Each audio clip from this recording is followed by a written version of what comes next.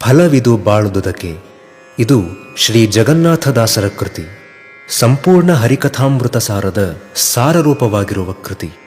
ಪಂಡಿತ ಪೂಜ್ಯ ಶ್ರೀ ಪ್ರದ್ಯುಮ್ನಾಚಾರ್ಯ ಜೋಶಿ ಅವರು ಈ ಪದ್ಯದ ಪ್ರತಿಯೊಂದು ಪದದ ಅರ್ಥಾನುಸಂಧಾನವನ್ನು ವಿಸ್ತಾರವಾಗಿ ಮಾಡುತ್ತಿದ್ದಾರೆ.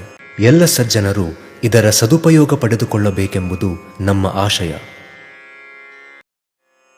ಹಂಗ ಧರ್ಮ ಮಾಡ್ತಾ ಇರುವಾಗ ಎಲ್ಲವೂ ಧರ್ಮ, ಎಲ್ಲವೂ ಧರ್ಮದ ಫಲ. ಆದರೆ ಆ ಎಲ್ಲ ಧರ್ಮ ಫಲಗಳಲ್ಲಿ ಇದು ಯಾವುದು? ಸಿರಿನಿಲಯನ ಗುಣಗಳ ತಿಳಿದು ಭಜಿಸುವುದೇ ಫಲ. ಇದಕ್ಕಿಂತ ದೊಡ್ಡ ಫಲ ಯಾವುದಿದೆ? ಇದು ಫಲ. ದೇವರ ಭಜನೆಯನ್ನು ಮಾಡಿದಾಗ ಸಿಗತಕ್ಕಂಥ ಮೋಕ್ಷವೆಂಬ ಅನಂತವಾದ ಸುಖರೂಪವಾದ ಫಲ ಏನಿದೆಯೋ ಬಾಳದು ಅಲ್ಲ. ಲಡಯೋ ರಭೇದ ಅಂತಂತಾರೆ. ಳ ಜಾಗಕ್ಕೆ ಡ ಹಾಕಬೇಕಂತೆ. ಬಾಡದು ಅಂತ. ಬಾಳದು ಅಂತೂ ಅನ್ಬೋದು. ಅದನ್ನು ನಾವು ಬಾಡದು ಅಂತ ಅರ್ಥ ಮಾಡ್ಲಿಕ್ಕೆ ಬರ್ತದೆ. ರಲಯೋ ರಭೇದ, ಡಳಯೋ ರಭೇದ ಹಾಗೆಲ್ಲ ಹೇಳ್ತಾರೆ. ಸೊ ಬಾಳದು ಅಂತರೋದನ್ನು ಬಾಡದು ಅಂತ ಮಾಡ್ತೀವಿ. ಒಂದು ಸ್ವಾರಸ್ಯ ನೋಡ್ರಿ. ಚಾತುರ್ಮಾಸದಲ್ಲಿ ಮಾಡಿದಂತಹ ಫಲ ಅನಂತ ಅಂತ ನಾವು ಹೇಳ್ತೀವಿ. ಏನು ಅನಂತ ಫಲ ಅಂದರೆ ಏನು? ಅನಂತ ಫಲ ಅಂದರೆ ಏನು? ಚಾತುರ್ಮಾಸದೊಳಗೆ ನಾನು ವಸ್ತ್ರದಾನವನ್ನು ಮಾಡಿದೆ. ಈ ವಸ್ತ್ರದಾನಕ್ಕೆ ಅನಂತ ಫಲ ನಾವು ಹೇಳಿದೇವಿ. ನೀವು ಕೇಳಿದ್ರಿ, ಯಾರೂ ಪ್ರಶ್ನೆ ಮಾಡಲಿಲ್ಲ ಇನ್ನೂ ತನಕ. ಚಾತುರ್ಮಾಸದಲ್ಲಿ ವಸ್ತ್ರದಾನವನ್ನು ಮಾಡಿದರೆ ಅನಂತ ಫಲ ಅಂತಂದ್ರೆ ಏನು ಅಂತ ಒಬ್ಬರ ಕೇಳ್ಯಾರ. ಒಬ್ಬರು ಕೇಳ ಆನಂದ ಪಟ್ಟರಷ್ಟೇ ನಮಗೆ ಅನಂತ ಫಲ ಬಂತು ಅಂತ. ಸೊ ಅನಂತ ಫಲ ಅಂದರೆ ಏನು ಅಂದರೆ ನೋಡ್ರಿ, ಚಾತುರ್ಮಾಸ ಬಿಟ್ಟು ಉಳಿದ ಕಾಲಕ್ಕೆ ನಾನು ಒಂದು ವಸ್ತ್ರದಾನ ಮಾಡಿದೆ ಅಂತಂದ್ರೆ ನಮಗೆ ಯಾವುದೋ ಒಂದು ಸಂದರ್ಭದೊಳಗೆ ಆ ಪುಣ್ಯದಿಂದ ನಮಗೊಂದು ವಸ್ತ್ರ ಸಿಗುತ್ತದೆ. ಯಾರೋ ನಮಗೊಂದು ವಸ್ತ್ರ ಕೊಡ್ತಾರೆ, ವಸ್ತ್ರ ಲಾಭ ಆಗ್ತದೆ. ಆಗ ವಸ್ತ್ರದಾನ ಮಾಡಿದ ಪುಣ್ಯ ಮುಗಿದು ಬಿಡ್ತು. ವಸ್ತ್ರದಾನ ಮಾಡಿದೆ, ನನಗೊಂದು ವಸ್ತ್ರ ಸಿಕ್ತು, ಮುಗೀತು. ಆದರೆ ಅನಂತ ಪುಣ್ಯ ಅಂತಂದಾಗ ನಾನು ಒಂದು ಸಲ ವಸ್ತ್ರದಾನ ಮಾಡಿದಾಗ ಎಷ್ಟೇ ನಮಗೆ ವಸ್ತ್ರ ಸಿಕ್ಕರೂ ಕೂಡ ಆ ಪುಣ್ಯ ನಾಶ ಆಗುವುದೇ ಇಲ್ಲ, ಹಾಗೆ ಇರ್ತದೆ. ಚಾತುರ್ಮಾಸದೊಳಗೆ ನಾನು ಒಂದು ಲೋಟ ಹಾಲು ಕೊಟ್ಟೆ, ಇದು ಅನಂತ ಪುಣ್ಯ ಅಂದರೆ ಏನರ್ಥ? ಚಾತುರ್ಮಾಸದೊಳಗೆ ಒಂದು ಲೋಟ ಹಾಲು ಕೊಟ್ರೆ ಅನಂತ ಪುಣ್ಯ ಅಂದರೆ ಏನರ್ಥ? ಉಳಿದ ಕಾಲಕ್ಕೆ ಒಂದು ಲೋಟ ಹಾಲು ಕೊಟ್ಟರೆ ಯಾರೋ ನಿಮಗೊಂದು ಲೋಟ ಹಾಲು ಕೊಡ್ತಾರೆ, ಮುಗಿತು ಪುಣ್ಯ. ಇನ್ನೊಂದು ಲೋಟ ಹಾಲು ಸಿಗಬೇಕಾದ್ರೆ ನೀವು ಮತ್ತೊಂದು ಲೋಟ ಹಾಲು ದಾನ ಮಾಡಬೇಕು. ಆದರೆ ಅನಂತ ಪುಣ್ಯ ಅಂತ ಎಲ್ಲಿ ಹೇಳಿದ್ದಾರೆ? ಅಲ್ಲಿ ಒಂದು ಲೋಟ ನೀವು ಹಾಲು ದಾನ ಮಾಡಿದರೆ ಎಷ್ಟೇ ಜನರು ನಿಮಗೆ ಒಂದೊಂದು ಲೋಟ ಹಾಲು ಕುಡಿಲಿಕ್ಕೆ ಕೊಟ್ಟರು ಕೂಡ ಇದೇ ಪುಣ್ಯದ ಪ್ರಭಾವದಿಂದಲೇ ಕೊಡ್ಕೋತ ಹೋಗ್ತಾರೆ. ಇದು ಮುಗಂಗಿಲ್ಲ.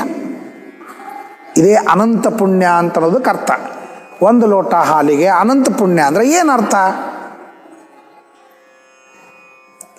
ಆದ್ದರಿಂದ ನಾವು ಏನು ಮೋಕ್ಷಕ್ಕಾಗಿ ಕರ್ಮವನ್ನು ಮಾಡ್ತೇವೆ, ಆ ಕರ್ಮ ಬಾಡದು, ಅನಂತವಾಗ್ತದೆ. ಇತರ ಸ್ವರ್ಗದ ಫಲ ಹೆಂಗೆ ಪುಣ್ಯ ಕಡಿಮೆ ಆದಂಗೆ ಅಲ್ಲಿ ರಿಸಲ್ಟ್ ಕಡಿಮೆ ಹಾಕೋದು ಬರ್ತದೆ. ಆದರೆ ಮೋಕ್ಷದೊಳಗೆ ಹಂಗಲ್ಲ. ನಾವು ಮಾಡಿದ ಕರ್ಮಗಳೆಲ್ಲವೂ ಅನಂತ, ಎಲ್ಲವೂ ಅನಂತ, ಮುಗಂಗೆ ಇಲ್ಲ. ಆದ್ದರಿಂದ ಫಲವಿದು. ನಿವೃತ್ತಿ ಕರ್ಮವನ್ನು ಮಾಡಿದಾಗ ಏನು ಮೋಕ್ಷ ಫಲ ಸಿಗುತ್ತದೆ, ಇದು ಬಾಡದು, ಎಂದೂ ಮುಗಂಗೆ ಇಲ್ಲ, ಅನಂತ ಕಾಲದವರೆಗೆ ಇದ್ರದಿರುತ್ತದೆ. ಆದ್ದರಿಂದ ಫಲವಿದು ಬಾಳದು. ಯಾಕೆ ಅಂತಂದರೆ ಉದಕೆ, ಉತ ಅಂದರೆ ಸರ್ವೋತ್ತಮನಾದ ಪರಮಾತ್ಮ, ಉದ್ಗೀತ ಅಂತ ನೋಡಿ ಮಾಡ್ಯಾರ. ಉತ ಅಂದರೆ ಉತ ಗೀತ. ಉತ ಅಂದರೆ ಉನ್ನತನಾದ ಸರ್ವೋತ್ತಮನಾದಂತಹ ಪರಮಾತ್ಮನಿಂದ ದ ಕೊಡಲ್ಪಟ್ಟಂತಹ ಕ ಸುಖ.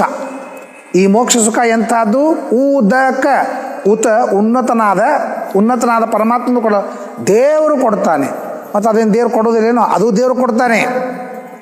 ಅದನ್ನು ಅಶಾಶ್ವತ ಅಂತಲೇ ಕೊಡ್ತಾನೆ. ಕರ್ಮವನ್ನು ಮಾಡಿದಾಗ ಪರಮಾತ್ಮ ಸಂತೋಷಪಟ್ಟ ಅಂದರೆ ಮುಗಿಯುವ ಸುಖವನ್ನು ಕೊಡ್ತಾನೆ. ಮುಗಿಯುವ ಸುಖ.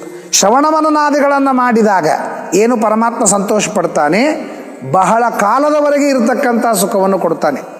ಆದರೆ ಅಪರೋಕ್ಷ ಜ್ಞಾನದಿಂದ ಸಂತೋಷಪಟ್ಟಂತಹ ಪರಮಾತ್ಮ ಏನು ಫಲವನ್ನು ಕೊಡ್ತಾನೆ ಅದು ಅನಂತ ಕಾಲದವರೆಗೆ ಇರತಕ್ಕಂಥ ಸುಖವನ್ನು ಕೊಡ್ತಾನೆ. ಹೀಗಿದೆ ಲೌಕಿಕವಾದಂತಹ ಕರ್ಮದಿಂದ ಬರುವ ಫಲ ಅದು ಲೋಕದಲ್ಲಿ ಇರುವಾಗಲೇ ನಮ್ಮನ್ನು ಬಿಟ್ಟು ಹೋಗ್ತದೆ. ಸ್ವರ್ಗದಲ್ಲಿ ಇದ್ದಂತಹ ಫಲ ನಾವು ಲೋಕ ಬಿಟ್ಟ ಮೇಲೆ ಸಿಕ್ಕರೂ ಕೂಡ ಪುಣ್ಯ ಮುಗಿದ ಮೇಲೆ ಆ ಫಲ ಹೋಗ್ತದೆ. ಆದರೆ ಮೋಕ್ಷ ಫಲ ಮಾತ್ರ ಎಂದಿಗೂ ಹೋಗುವುದಿಲ್ಲ. ಈ ಫಲದ ಬಗ್ಗೆ ತಿಳ್ಕೊಂಡ್ರೆ ಇಲ್ಲೋ, ತಿಳಿದು ಭಜಿಸುವುದೇ ಫಲವಿದು. ಇದನ್ನೆಲ್ಲ ತಿಳ್ಕೊಂಡು ಯಾವ ಫಲಕ್ಕಾಗಿ ನಾನು ಭಜಿಸಬೇಕು ಅಂತ ನಿರ್ಣಯ ಮಾಡು. ನೋಡಿ, ಕೃತ, ತ್ರೇತ, ದ್ವಾಪರ, ಕಲಿ. ಕೃತ ಅಂದರೆ ಕರ್ಮ, ಕೃತ ಅಂದರೆ ಕರ್ಮ. ತ್ರಾ ಇತ, ತ್ರಾ ಅಂದರೆ ರಕ್ಷಣೆ ಮಾಡುವ, ಇತ ಅಂದರೆ ಜ್ಞಾನ, ತ್ರೇತ ಅಂದರೆ ನಮ್ಮನ್ನು ರಕ್ಷಣೆ ಮಾಡುವ ಜ್ಞಾನ.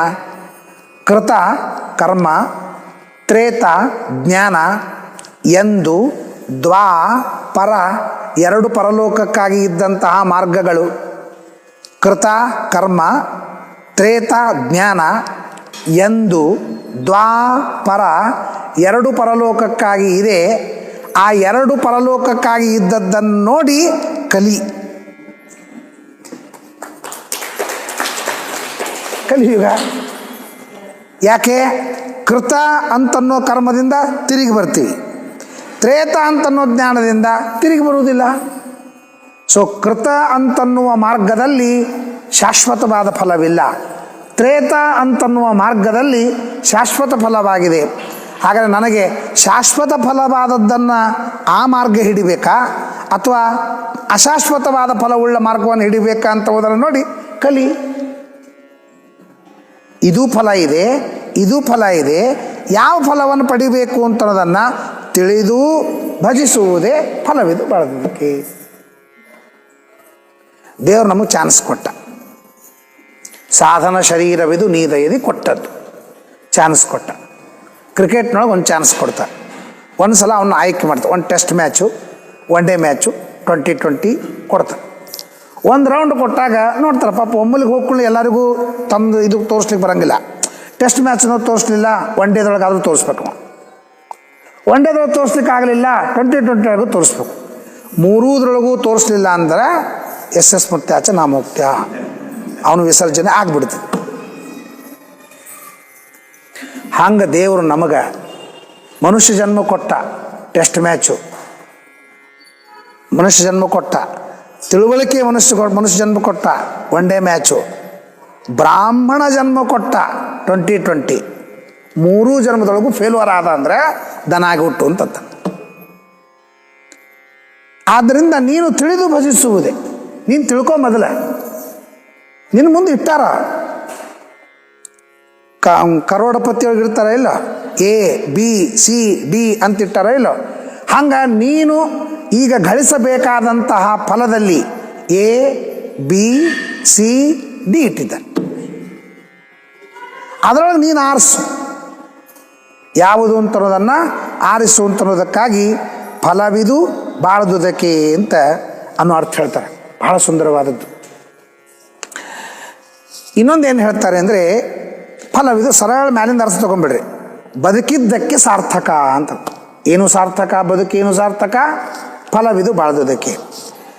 ಯಾವಾಗ ಫಲ ಅಂತಂದರೆ ತಿಳಿದು ಭಜಿಸುವುದೇ. ಯಾವುದೇ ಕರ್ಮವನ್ನು ಅಜ್ಞಾತ್ವಾ ಕುರ್ವತಃ ಕರ್ಮ ಸ್ಖಲನಾತ್ ಪಾಪ ಕಾರಣಂ. ಶ್ರೀಮದ್ ಆಚಾರ್ಯ ಹೇಳ್ತಾರೆ, ನಾವು ದೇವರಿಗೆ ಯಾಕೆ ಸಮರ್ಪಣೆ ಮಾಡಬೇಕು ಅಂತಂದರೆ ನಾವು ಕರ್ಮವನ್ನು ತಿಳಿಲಾರದೆ ಮಾಡ್ತೀವಿ. ದೇಶ ಕಾಲ ಪಾತ್ರ ಮಂತ್ರ ತಂತ್ರ ಕರ್ಮ ಕರ್ತೃ ಭೋಕ್ತೃ ದ್ರವ್ಯ ಸರ್ವಂ ನ್ಯೂನಾತಿರಿಕ್ತಾನೆ ಅಚ್ಛಿದ್ರಮಸ್ತು. ಒಂದು ಸರಿ ಇದ್ರೆ ಇನ್ನೊಂದು ಸರಿ ಇರಂಗಿಲ್ಲ. ದೇಶ ಸರಿ ಇದ್ರೆ ಕಾಲ ಸರಿ ಇರಂಗಿಲ್ಲ, ಕಾಲ ಸರಿ ಇದ್ರೆ ಪಾತ್ರ ಸರಿ ಇರಂಗಿಲ್ಲ, ಸಾಮಾನು ಸರಿ ಇರಂಗಿಲ್ಲ, ಎಲ್ಲ ಸರಿ ಇದ್ರೆ ಇವನು ಮೂಡು ಸರಿ ಇರಂಗಿಲ್ಲ. ಒಟ್ಟ ಎಲ್ಲರ ಏನೋ ಒಂದು ಕಡೆ ನ್ಯೂನತೆ ಇರ್ತದಲ್ಲ, ಅದು ಪೂರ್ಣವಾಗಬೇಕು ಅಂತಂದರೆ ಅದಕ್ಕೆ ಹೇಳ್ತಾರೆ ಪರಮಾತ್ಮ ಯಸ್ಯಸ್ಮೃತ್ಯಾಚ ನಾಮೋಕ್ತ್ಯ ತಪಸ್ಸಂಧ್ಯಾ ಕ್ರಿಯಾದಿಷು ನ್ಯೂನಂ ಸಂಪೂರ್ಣತಾಂ ಯಾತಿ. ಯಾಕೆ ತಿಳಿದು ಭಜಿಸಬೇಕು? ಭಜಿಸು ಮುಂದಾಗ ಪಾಪಗಳು ಆಗ್ತವೆ. ಪಾಪಗಳನ್ನು ಪರಿಹಾರ ಮಾಡ್ಕೊಳ್ಳಿಕ್ಕಾಗೋದಿಲ್ಲ. ನಾವು ದೇವರ ಮುಂದೆ ದೀಪ ಹಚ್ಚಬೇಕು ಅಂತಂದ್ರೆ ಕೋಟಿ ಕೋಟಿ ಕ್ರಿಮಿಗಳನ್ನು ಸುಟ್ಟ ಮೇಲೇ ದೇವ್ರ ಮುಂದೆ ದೀಪ ಹತ್ತುದು.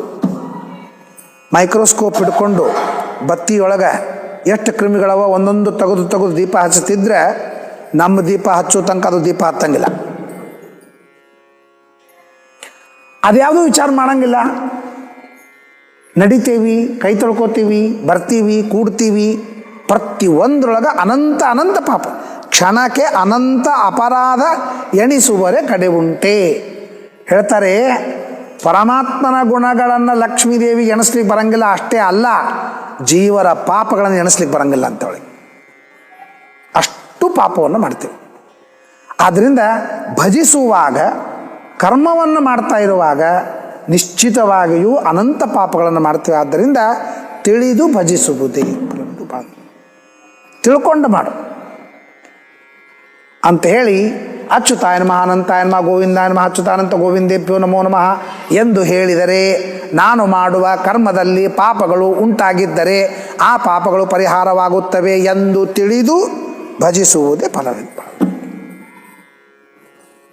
ವಿಷ್ಣುವೇ ನಮೋ ವಿಷ್ಣುವೇ ನಮೋ ವಿಷ್ಣುವೇ ನಮಃ ಅಂತನ್ನೋದ್ರಿಂದ ನಾನು ಕರ್ಮವನ್ನು ಮಾಡ್ತಾ ಇರುವಾಗ ಮಧ್ಯೆ ಮಧ್ಯೆ ಮಧ್ಯೆ ಮಧ್ಯೆ ಗ್ಯಾಪ್ಗಳಿಂದ ಏನು ಪಾಪ ಬಂದಿರ್ತದೋ ಆ ಪಾಪ ಪರಿಹಾರವಾಗ್ತದೆ. ಆದ್ದರಿಂದ ಕರ್ಮದ ಕೊನೆ ಭಾಗದಲ್ಲಿ ವಿಷ್ಣುವೇ ನಮೋ ವಿಷ್ಣುವೇ ನಮೋ ವಿಷ್ಣುವೇ ನಮಃ ಅಂತೇಳಿ 3 ಸಲ ಹೇಳಬೇಕು ಎಂದು ತಿಳಿದು ಭಜಿಸುವುದೇ ಫಲವಿದೆ ಅಂತ ಹೇಳ್ತಾರೆ. ಕೃಷ್ಣ ಪರಮಾತ್ಮ ಇಂದ್ರನ ಪೂಜೆ ಮಾಡ್ಲಿಕ್ಕೆ ಹೋಗ್ತಾ ಇರುವಾಗ ಎಲ್ಲ ಯಾದವರಿಗೆ ಉಪದೇಶ ಮಾಡ್ತಾರೆ. ನೀವು ಯಾವ ವಿಧಿಯನ್ನು ಮಾಡ್ತೀರೋ ಆ ವಿಧಿಯ ಬಗ್ಗೆ ತಿಳ್ಕೋಬೇಕು. ನಾನು ಈ ಕರ್ಮವನ್ನು ಯಾಕೆ ಮಾಡ್ತಾ ಇದ್ದೀನಿ? ನಾವು ತುಳಜಾಪುರಕ್ಕೆ ಹೋಗ್ತೀವಿ, ನಮಸ್ಕಾರ ಮಾಡ್ತೀವಿ, ಗೊಂದಲ ಎಲ್ಲ ಹಾಕಿಸ್ತೀವಿ. ಆ ತುಳಜಾದೇವಿ ಯಾರು ಅಂತಂಬುದೇ ಗೊತ್ತಿಲ್ಲ. ನಮಗೆ ಎಷ್ಟು ಗೊತ್ತದ? ನಮ್ಮ ಕುಲದೇವತೆ. ಕೊಲ್ಲಾಪುರ ಲಕ್ಷ್ಮಿ ನಮ್ಮ ಕುಲದೇವತೆ. ಕೊಲ್ಲಾಪುರಕ್ಕೆ ಯಾಕೆ ಹೋದ್ಲು? ಬೆಳಗಾವಿಗೆ ಬರ್ಲಿಕ್ಕೆ ಏನಾಗಿತ್ತು ಆಕಿಗೆ? ಕೊಲ್ಲಾಪುರಕ್ಕೆ ಯಾಕೆ ಹೋದ್ಲು? ಹೋಗುದು ವೈಕುಂಠ ಬಿಟ್ಟು ಹೋಗೋದು ಹೋಯ್ತು. ಹುಬ್ಬಳ್ಳಿ ಹತ್ರ ಬಂದಿದ್ದು ನಾವು ದಿನ ಭೇಟಿ ಆಗ್ತಿದ್ದೇವೆ ಆಕಿಗೆ. ಕೊಲ್ಲಾಪುರಕ್ಕೆ ಯಾಕೆ ಹೋದ್ಲಕ್ಕಿ ಅಂದ್ರೆ ಕೊಲ್ಲ ಎಂಬತಕ್ಕಂತಹ ರಾಕ್ಷಸ ಇದ್ದ. ಅವನನ್ನು ಕೊಲ್ಲಬೇಕು ಅಂತ ಋಷಿಗಳು ಪ್ರಾರ್ಥನಾ ಮಾಡಿದರು. ಮದುವೆ ಆಗದೇ ಇದ್ದ ಹುಡುಗಿಯರನ್ನೆಲ್ಲ ಅಪಾರ ಮಾಡ್ಕೊಂಡು ಹೋಗ್ತಿದ್ದ. ಆದ್ದರಿಂದ ಅವನನ್ನು ಕೊಲ್ಲಬೇಕು ಅಂಥೇಳಿ ನಿತ್ಯ ಕನ್ನಿಕೆಯಾದಂತಹ ಲಕ್ಷ್ಮೀನೇ ಅವನನ್ನು ಕೊಲ್ಲಬೇಕು ಅಂತ ಕೊಲ್ಲ ಹಾ ಪುರ. ಹಾ ಅಂದರೆ ಕೊಲ್ಲೋದು ಅಂತ. ಕೊಲ್ಲ ಎಂಬ ರಾಕ್ಷಸನನ್ನೂ ಕೊಲ್ಲಬೇಕಾಗಿತ್ತು, ವೈಕುಂಠ ಬಿಟ್ಟು ಹೋಗಬೇಕಾಗಿತ್ತು. 2 in 1 ಎರಡೂ ಕೆಲಸಕ್ಕಾಗಿ ಲಕ್ಷ್ಮೀದೇವಿ ಕೊಲ್ಲಾಪುರಕ್ಕೆ ಹೋಗಿದ್ದಾಳೆ ಅಂತನ್ನುವ ಆ ಯಾವ ದೇವತೆ ಇದ್ದಾಳೆ. ನಮಸ್ಕಾರ. ನಾವು ಪ್ರದಕ್ಷಿಣೆ ಹಾಕ್ತೀವಿ, ಪ್ರದಕ್ಷಿಣೆ ಹಾಕಬೇಕು ಅಂತ ಪ್ರದಕ್ಷಿಣೆ ಹಾಕ್ಬಿಡ್ತೀವಿ, ಮುಗಿದಾಯ್ತು. ಆಮೇಲೆ ಕೂಡಬೇಕು ಅಂತ ಯಾರ ಹಿಂಗೆ ಟಚ್ ಮಾಡಿ ಎದ್ದು ಬಿಡ್ತಾರೆ. ಭಾಳ ಮಂದಿ ಕೂಡ್ಲಿಕ್ಕೂ ಕೂಡ್ಲಿಕ್ಕೆ ಹೋಗಿಲ್ಲ. ನಾನು ಮುಂಜಾನೆ ನೋಡ್ತಿರ್ತೀನಿ ಪೂಜೆ ಕೂತಾಗ ಕೆಲವು ಮಂದಿ ಬರ್ತಾರೆ, ಆಫೀಸ್ ಭಾಳ ಗಡಿಬಿಡಿರ್ತದೆ. ಗಡಿಬಿಡಿದ್ದಾಗ ಹಿಂಗೆ ಕೂತಂಗೆ ಮಾಡಿ ಎದ್ದು ಬಿಡ್ತಾರೆ. ಯಾಕೆ ಕೂಡಬೇಕು? ಸುಮ್ಮನೆ ಸರಳ ಹೋಲಿಗೆ ಬರೋಂಗಿಲ್ಲ, ಏನು ದೇವ್ರಿಗೆ ಬೈತಾರೆ ನಿನಗೆ. ಕೂಡಬೇಕು ಅಂದರೆ ಏನು ಕೂಡಬೇಕು ಅಂದ್ರೆ ಪದೇ ಪದಾಂತರಂ ಗತ್ವ, ಕಾಲಿನಿಂದ ಪ್ರದಕ್ಷಿಣೆ ಹಾಕ್ತಾ ಇರುವಾಗ ಗ್ಯಾಪ್ ಇರಬಾರ್ದು. ಒಂದು ಹೆಜ್ಜೆಗೂ ಇನ್ನೊಂದು ಹೆಜ್ಜೆಗೂ ಗ್ಯಾಪ್ ಇರಬಾರ್ದು. ಪದೇ ಪದಾಂತರಂ ಗತ್ವ. ಎರಡನೇದ್ದು, ಬಾಯಿಯಲ್ಲಿ ಯಾವ ದೇವತೆಗೆ ಪ್ರದಕ್ಷಿಣೆ ಹಾಕ್ತಾ ಇದ್ದೇನೆ ಆ ದೇವತೆಯ ಸ್ತೋತ್ರ ಬಾಯಿಯೊಳಗೆ ನಡೀತಾ ಇರಬೇಕು. ಮನಸ್ಸಿನೊಳಗೆ ಆ ದೇವತೆಯ ಸ್ಮರಣೆ ಮಾಡ್ತಿರಬೇಕು. ಎಲ್ಲ ಪ್ರದಕ್ಷಿಣೆ ಮುಗಿದ ಮೇಲೆ ಮುಂದೆ ಕೂತುಕೊಂಡು ಆ ದೇವತೆಯ ಬಗ್ಗೆ ಏನೇನು ಮಹಿಮಾ ಅದನೋ, ಏನೇನು ಇತಿಹಾಸ ಅದನೋ ಅದನ್ನು ತಿಳಿದುಕೊಂಡು ಆಮೇಲೆ ಎದ್ದು ಹೋಗಬೇಕು. ಇನ್ನು ಅವ್ರು ಕೂಡೋ ಟೈಮಕ್ಕೆ ನಮ್ಮ ಮಹಿಮಾ ಹೇಳೋಕ್ಕಾಗಿಲ್ಲ, ಗೊತ್ತೇ ಇಲ್ಲ. ಹಂಗಾರೆ ಇದನ್ನು ತಿಳಿಲಾರ್ದೇನೆ ಪ್ರದಕ್ಷಿಣೆ ಹಾಕಿದಲ್ಲ. ತಿಳಿಲಾರ್ದೇನೆ ಪ್ರದಕ್ಷಿಣೆ ಹಾಕಿದಾಗ ಆಗ ನೋಡ್ರಿ ಫಲವಿದು ಬಾಳ್ದದಕ್ಕೆ ಅದನ್ನೆಲ್ಲ ಸ್ವಲ್ಪ ಇದು ತೆಗೆದುಬಿಡ್ರಿ. ಇದು ಫಲವೇ, ಫಲವಿದು, ಫಲವೇ ಇದು, ಫಲವಿದು, ಫಲವೇ ಇದು, ಫಲವಿದು. ಆ ಇದು ತೆಗೆದುಬಿಟ್ರೆ ಇದು ಫಲವೇ? ಕ್ವಶನ್. ನೀನು ತಿಳಿಯದೇ ನೀನು ಭಜಿಸಿದರೆ, ತಿಳಿಯದೇ ಕರ್ಮವನ್ನು ಮಾಡಿದರೆ ಫಲ ಸಿಗ್ತದ? ಎಲ್ಲರೂ ನಮ್ಮ ಮೇಲೆ ದೊಡ್ಡ ಆಕ್ಷೇಪ ಮಾಡ್ಲಿಕ್ಕತ್ತಾರ. ನೀವು ಕಂಡಾಗ ಪ್ರವಚನದೊಳಗೆ ಹಿಂಗೆ ಹೇಳ್ತೀರಿ, ನೀವು ಮಾಡಿದ್ದೆಲ್ಲ ವೇಸ್ಟು, ನೀವು ಮಾಡಿದ್ದೆಲ್ಲ ಅಬದ್ಧ, ನೀವು ಮಾಡಿದ್ದಕ್ಕೇನು ಕಿಮ್ಮತ್ತೇ ಇಲ್ಲ, ಹೀಗೆಲ್ಲ ಬೈತಿರಲ್ಲ. ನಾವು ಏನು ಮಾಡಬೇಕು? ಮಾಡಂತೀರ ಬ್ಯಾಡಂತೀರ ಅಂತನೂ ಪ್ರಶ್ನೆ ಭಾಳ ಮಂದಿಗಿದೆ. ಇದು ಫಲವೇ ಅಂದರೆ ಫಲ ಸಿಗ್ಲಿಕ್ಕೆ ಸಾಧ್ಯದೇನು? ಪದಕ್ಷಿಣೆ ಹೆಂಗೆ ಹಾಕಬೇಕು ಗೊತ್ತಿಲ್ಲ, ಹೆಂಗೆ ಹಾಕಬೇಕು ಅಂತ ಗೊತ್ತಿಲ್ಲ ಅಂತೇಳಿ ನೀವು ಪದಕ್ಷಿಣೆ ಹಾಕ್ಲಿಕ್ಕತ್ತಿಲ್ಲ. ಪದಕ್ಷಿಣೆ ಹಾಕಲೇ ಇದ್ದಕ್ಕೆ ನೀವು ಫಲ ರಿಸಲ್ಟ್ ಸಿಗಬೇಕು. ಹೆಂಗೆ ಸಿಗಬೇಕು ನಿನಗೆ? ಫಾರ್ಮ್ ಕರೆಕ್ಟಾಗಿ ತುಂಬಿಲ್ಲ, ಫಾರ್ಮ್ ಕರೆಕ್ಟಾಗಿ ತುಂಬದೇ ಇದ್ರೆ ನೀನು ಹೆಂಗೆ ಟಿಕೆಟ್ ಸಿಗಬೇಕು? ಅದಕ್ಕೆ ತಿಳಿದು ಭಜಿಸು. ಹಂಗಂತ ತಿಳಿಲಾರದೆ ಭಜಿಸಿದ್ರೆ ಫಲ ಸಿಗಂಗಿಲ್ಲೇನು? ವಿಚಾರ ಮಾಡಿ. ಕಾರ್ತಿಕ ಮಾಸ ಮಹಾತ್ಮ ತೆಗೀರಿ, ಇನ್ಯಾವುದೋ ಮಾಸ ಮಹಾತ್ಮ ತೆಗೀರಿ. ಒಂದು ಹಲ್ಲಿ ದಪ್ಪಂತ ಬಿತ್ತು, ಬೀಳು ಮುಂದಾಗ ದೀಪದ ಮೇಲೆ ಬಿತ್ತು, ದೀಪದ ಬದ್ದಿ ಸ್ವಲ್ಪ ಮುಂದೆ ಚಾಚಿತು, ಚಾಚಿದ್ದಕ್ಕೆ ದೀಪ ದೊಡ್ಡದಾಯಿತು. ಕಾರ್ತಿಕ ಮಾಸದೊಳಗೆ ಆ ಹಲ್ಲಿನೋ ಇಲಿನೋ ದೀಪ ಚಾಚಿದ್ದಕ್ಕೆ ಸ್ವರ್ಗ ಆಯಿತು. ಅದಕ್ಕೆಲ್ಲ ಫಲ ಅಜ್ಞಾನದ. ಇಲಿ ತಿಳ್ಕೊಂಡಿದ್ರೆ ಈ ಕಾರ್ತಿಕ ಮಾಸದ ನಾನು ದೀಪದ ಮೇಲೆ ಬೀಳಬೇಕು, ಹಂಗೆ ಬತ್ತಿ ಉದ್ದ ಆಗ್ತದೆ, ಆಮೇಲೆ ದೀಪ ಹತ್ತದ, ನನಗೆ ಸ್ವರ್ಗ ಸಿಗ್ತದೆ. ನಮಗೇ ಇಲ್ಲ, ಇನ್ನು ಇಲಿಗಿರ್ತದೆ, ಹಲ್ಲಿಗಿರ್ತದೆ, ಮತ್ತು ಅದಕ್ಕೆ ಸ್ವರ್ಗ ಸಿಗ್ತಲ್ಲ, ಫಲ ಸಿಗ್ತಲ್ಲ. ತಿಳಿದುಕೊಳ್ಳಾರ್ದೇನೆ ಕರ್ಮ ಮಾಡಿದರೆ ಫಲ ಸಿಗೋದಿಲ್ಲ ಅಂತಂಬುದು ಇಲ್ಲ. ಹಂಗೆ ತಿಳ್ಕೊಬೇಡ್ರಿ. ಈಗ ವಿಚಾರ ಮಾಡಿ, ನಾವು ಕರ್ಮವನ್ನು ಮಾಡಿದಾಗ ಒಂದು 100% ಫಲ ಅದ. ಈ ಕರ್ಮಕ್ಕೆ ಒಂದು 100% ಫಲ ಇದ್ದರೆ, ತಿಳಿದು ಕರ್ಮವನ್ನು ಮಾಡಿದರೆ 100ಕ್ಕೆ 100 ಫಲ, ತಿಳಿಲಾರದೆ ಕರ್ಮ ಮಾಡಿದರೆ 25-30% ಫಲ. ಜೀರೋ ಅಲ್ಲ, ಜೀರೋ ಅಲ್ಲ. ಒಬ್ಬರು ಪಂಡಿತರು ಬಂದರು, ಅವ್ರ ಪಂಡಿತರು ನನಗೆ ಗೊತ್ತಿಲ್ಲ, ನಮಸ್ಕಾರ ಮಾಡಿದೆ, ನನಗೆ ಫಲ ಎಷ್ಟು? ಪಂಡಿತರನ್ನು ನಮಸ್ಕಾರ ಮಾಡಿದ್ರೆ 100 ಪಟ್ಟೇನು ಬರಬೇಕು? ಅದು ಬರುವುದಿಲ್ಲ. ಯಾಕಂದ್ರೆ ಅವ್ನು ತಿಳ್ಕೊಳ್ಳೋದ್ರಿಂದ ನಮಸ್ಕಾರ ಮಾಡಿದ್ದು ನಾನು. ಭಕ್ತಿ ಫಲ ಯಾವಾಗ ಹೇಳ? ಮಹಾತ್ಮ್ಯ ಜ್ಞಾನಪೂರ್ವಸ್ತು ಸುದೃಢ ಸರ್ವತೋಧಿಕ ಸ್ನೇಹೋ ಭಕ್ತಿ ರೀತಿ ಪ್ರೋಕ್ತ ಅಂತಂತಾರೆ. ಪ್ರೀತಿಯನ್ನು ಮಾಡುವಾಗ ತಿಳಿದುಕೊಂಡು ಪ್ರೀತಿ ಮಾಡಬೇಕು, ತಿಳಿಯದೆ ಮಾಡಬಾರದು. ನೀನು ಭಜಿಸ್ತೀಯಲ್ಲ, ಭಜಿಸುವ ಭಕ್ತಿ ಮಾಡು ಅಂತ ಅರ್ಥ. ನಮ್ಮ ಪ್ರಾಚೀನ ಸಂಪ್ರದಾಯಕ್ಕೂ ಇವತ್ತಿನ ಸಂಪ್ರದಾಯಕ್ಕೂ ವ್ಯತ್ಯಾಸ ಏನು? ತಿಳಿದು ಪ್ರೀತಿಸುವುದು, ಪ್ರೀತಿಸಿ ತಿಳಿಯೋದು, ಇಷ್ಟು ವ್ಯತ್ಯಾಸ. ಈಗ ನಾವೇನು ಮಾಡ್ತೀವಿ ಅಂದರೆ ಪ್ರೀತಿಸಿ ತಿಳಿತೀವಿ. ಮೊದಲು ಅವ್ರು ನಮ್ಮನ್ನು ನೋಡಿದ್ರು, ಅವ್ರು ನೋಡಿದ್ರು, ಪ್ರೀತಿ ಆಯಿತು. ಆಮೇಲೆ ಪ್ರೀತಿ ಆದಂಗೆ ಎಲ್ಲ ಪೂರ್ಣ ಗಾಢವಾಗಿ ಪ್ರೀತಿಸಿದ್ದೀವಿ. ಆಮೇಲೆ ಗೊತ್ತಾಯಿತು ನನ್ನಂಗೆ 20 ಮಂದಿನ ಅವ ಪ್ರೀತಿಸ್ತಾನಂತ ಗೊತ್ತಾಯಿತು. ಅವ ಒಬ್ಬ ದರೋಡೆಗಾರ ಇದ್ದಾನಂತ ಗೊತ್ತಾಯಿತು. ಅವ ಶರೆ ಕುಡಿತಾನಂತ ಗೊತ್ತಾಯಿತು. ಆಮೇಲೆ ಏನು ಬಿಡ್ಲಿಕ್ಕಾಗ್ತದ? ಆಗೇನು ಬಿಡ್ತಾನೆ? ಪ್ರಾಣ ಬಿಡ್ತಾಳೆ. ಅವನು ಬಿಡುವುದಲ್ಲ, ಪ್ರಾಣ ಬಿಟ್ಬಿಡ್ತಾಳೆ. ವಿಷ ತಗೊಳ್ಳೋದು, ನಿದ್ದೆ ಗುಳಿಗೆ ತಗೊಳ್ಳೋದು, ಡ್ಯಾಮ್ದೊಳಗೆ ಜಿಗೋದು, ಇದೆಲ್ಲ ಯಾಕಾಯಿತು? ತಿಳಿಯದೇ ಪ್ರೀತಿಸಿದ್ದಕ್ಕಾಗಿ. ನಮ್ಮ ಸಂಪ್ರದಾಯ ಏನು? 3 ತಿಂಗಳ ಮೊದಲ ಪ್ರಪೌತ್ರೀಂ, ಪೌತ್ರೀಂ, ಪುತ್ರೀಂ, ಇವರ ಮರಿಮಗಳು, ಇವರ ಮೊಮ್ಮಗಳು, ಇವರ ಮಗಳು, ಇಂತಹ ಗೋತ್ರದವಳು ಇವಳನ್ನು ಇಂತಹ ಮರಿಮಗನಿಗೆ, ಇಂತಹ ಮೊಮ್ಮಗನಿಗೆ, ಇಂಥವರ ಮಗನಿಗೆ, ಇಂತಹ ಗೋತ್ರದವನಿಗೆ ಕೊಟ್ಟು ಮದುವೆ ಮಾಡ್ತಾ ಇದ್ದೀವಿ ಅಂತ ಹೇಳಿ 2 ಕೈಗಳನ್ನು ಮೇಲೆತ್ತಿ ಸಭಾ ಮಾಡಿಸಿ, ಎಲ್ಲರನ್ನು ಕರೆದು ಸಭಾ ಮಾಡಿಸಿ ಕೈ ಎತ್ತಿ ಹೇಳಿದ ಮೇಲೆ ಮಿನಿಮಮ್ 3 ತಿಂಗಳು ಬಿಟ್ಟ ಮೇಲೆ ಮದುವೆ ಮಾಡಬೇಕು. ಆ 3 ತಿಂಗಳೊಳಗೆ ಈ 3 ತಲೆಮಾರದೊಳಗೆ ಯಾರಾದರೂ ಕುಡಿತಿದ್ರೆ, ಕಳ್ಳರಿದ್ರೆ, ದ್ಯೂತ ಆಡ್ತಿದ್ರೆ, ಕುಷ್ಠರೋಗಗಳಿದ್ರೆ, ಮತ್ತೊಂದಿದ್ರೆ, ಮಗದೊಂದಿದ್ರೆ, ನಾವು ಅದನ್ನು ಕ್ಯಾನ್ಸಲ್ ಮಾಡ್ಕೊಂಡು ಇದು ತಿಳಿದು ಭಜಿಸುವುದು. ಒಂದು ಮದುವೆ ಆಗಬೇಕಾದ್ರೆ ತಿಳಿದು ಪ್ರೀತಿಸ, ಆಮೇಲೆ ಮದುವೆ ಆಗ್ತದೆ. ಗಂಡ ಹೆಂಡತಿ ಪ್ರೀತಿ ಮಾಡೇ ಮಾಡ್ತಾರೆ, ಮದುವೆ ಆದಮೇಲೆ ಪ್ರೀತಿ ಮಾಡೇ ಮಾಡ್ತಾರಲ್ಲ. ಸೊ ಪ್ರೀತಿ ಮಾಡೋಕ್ಕಿಂತ ಮೊದಲೇಕ ತಿಳ್ಕೋತಾರೆ. ತಂದೆ ತಾಯಿಗಳು ಅವನು ಯಾರು ಇವಳು ಯಾರು ಅಂತ ಆ ತಂದೆ ತಾಯಿಗಳು ಈ ತಂದೆ ತಾಯಿಗಳು ತಿಳ್ಕೊಂಡ ಮೇಲೆ ಅವರಿಬ್ಬರ ಪ್ರೀತಿ ಸ್ಟಾರ್ಟ್ ಆಗ್ತದೆ. ಇವತ್ತು ಹೆಂಗದ ಪ್ರೀತಿ ಸ್ಟಾರ್ಟ್ ಆಗ್ತದೆ, ಆಮೇಲೆ ತಿಳ್ಕೊಳ್ಸಿರ ಯಾವುದು ಡೇಂಜರ್ ಆಯಿತು. ಅದಕ್ಕೆ ಹೇಳ್ತಾರೆ ತಿಳಿದು ಭಜಿಸುವುದೇ. ತಿಳಿಯದೆ ನೀನು ಭಜಿಸಬೇಡ, ತಿಳಿದು ಭಜಿಸುವುದೇ. ನೀ ಏನು ಮಾಡ್ತೀಯ ತಿಳ್ಕೊಂಡು ಮಾಡು. ಇನ್ನೊಂದೇನು ಹೇಳ್ತಾರೆ ಅಂದರೆ ಋಷಿ ಛಂದಸ್ಸು ದೇವತ. ಈಗ ಒಬ್ರು ಯಾರೋ ಇಲ್ಲೊಂದು ರಂಗೋಲಿ ತೆಗದಾರ ಅಂತ ಅನ್ಕೊಳ್ಳಿ. ತೆಗೆದಾಗ ಏನು ಚಂದ ರಂಗೋಲಿ ಏನು ಚಂದ ರಂಗೋಲಿ ಅನ್ಕೋತ ಹೋದ್ರೆ ಉಪಯೋಗ ಇಲ್ಲ. ಅದನ್ನು ಯಾರು ತೆಗೆದಾರ ತಿಳ್ಕೊಬೇಕಲ್ಲ. ಯಾರೋ ಒಬ್ರು ಇಲ್ಲಿ ಸ್ವಚ್ಛ ಮಾಡ್ಯಾರ, ಅಲಂಕಾರ ಮಾಡ್ಯಾರ, ಏನೋ ಮಾಡ್ಯಾರ, ಯಾರು ಮಾಡ್ಯಾರ ಅವ್ರನ್ನ ತಿಳ್ಕೊಬೇಕು.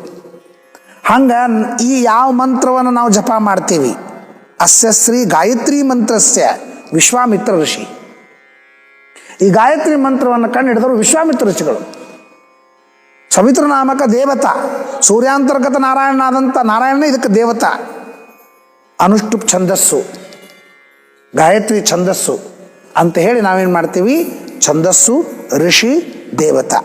ಇದು ಇಷ್ಟಿಷ್ಟು ಅಕ್ಷರಗಳು, 32 ಅಕ್ಷರಗಳಿದ್ರೆ ಅದು ಅನುಷ್ಠುಪ್ ಛಂದಸ್ಸು, 24 ಅಕ್ಷರಗಳಿದ್ರೆ ಅದು ಗಾಯತ್ರಿ ಛಂದಸ್ಸು. ಸೊ ಅದು ಎಷ್ಟು ಅಕ್ಷರಗಳವ ಅದು ಯಾವ ಛಂದಸ್ಸು. ಉಗ್ರಂ ವೀರಂ ಮಹಾವಿಷ್ಣುಂ ಜ್ವಲಂತಂ ಸರ್ವತೋಮುಖಂ ಇದು ಅನುಷ್ಠುಪ್ ಛಂದಸ್ಸು. ನರಸಿಂಹದೇವರಿಗೆ ಅನುಷ್ಠುಪ್ ದೇವತಾ ಅಂತ ಕರೀತಾರೆ, ಅನುಷ್ಠುಪ್ ಛಂದಸ್ಸು. ಹಾಗಾದ್ರೆ ಈ ಉಗ್ರಂ ವೀರಂ ಮಹಾವಿಷ್ಣುಂ ಅಂತ ಅನ್ನೋದು ಅನುಷ್ಠುಪ್ ಛಂದಸ್ಸು ಅಂತ ಹೇಳಿ, ಮತ್ತು ಇದನ್ನು ಯಾರು ಕಂಡುಹಿಡಿದ್ರು ಅವ್ರ ಹೆಸರು, ಇದಕ್ಕೆ ದೇವತಾ ಯಾರು ಅವ್ರ ಹೆಸರು ಹೇಳಿ ನಾವು ಮಂತ್ರವನ್ನು ಜಪ ಮಾಡಿದರೆ ನಮಗೆ ಫಲವಿದೆ. ಇಲ್ಲಾಂದ್ರೆ ಇದು ಫಲವೇ, ಇದಕ್ಕೆ ಅಷ್ಟು ಫಲ ಸಿಗಲಿಕ್ಕೆ ಸಾಧ್ಯತೆ ಏನು? ಈ ಮಂತ್ರ ಜಪ ಮಾಡಿದರೆ ಎಷ್ಟು ಫಲ ಕೊಡಬೇಕು ಅಂತ ಹೇಳಿ ಅಷ್ಟು ಫಲ ಸಿಗ್ಲಿಕ್ಕೆ ಸಾಧ್ಯದೇನು ಇಲ್ಲ. ಆದ್ದರಿಂದ ತಿಳಿದು ಇದಕ್ಕೆ ಋಷಿ ಯಾರು, ಇದಕ್ಕೆ ಛಂದಸ್ ಯಾರು, ಇದಕ್ಕೆ ದೇವತಾ ಯಾರು ತಿಳಿದು ಭಜಿಸುವುದೇ ಫಲವಿದು ಬಾಳದಕ್ಕೆ. ತಿಳಿಯದೆ ನೀನು ಭಜಿಸ್ಲಿಕ್ಕೆ ಹೋಗಬೇಡ ಅಂತ ಹೇಳಿ ಹೇಳ್ತಾರೆ.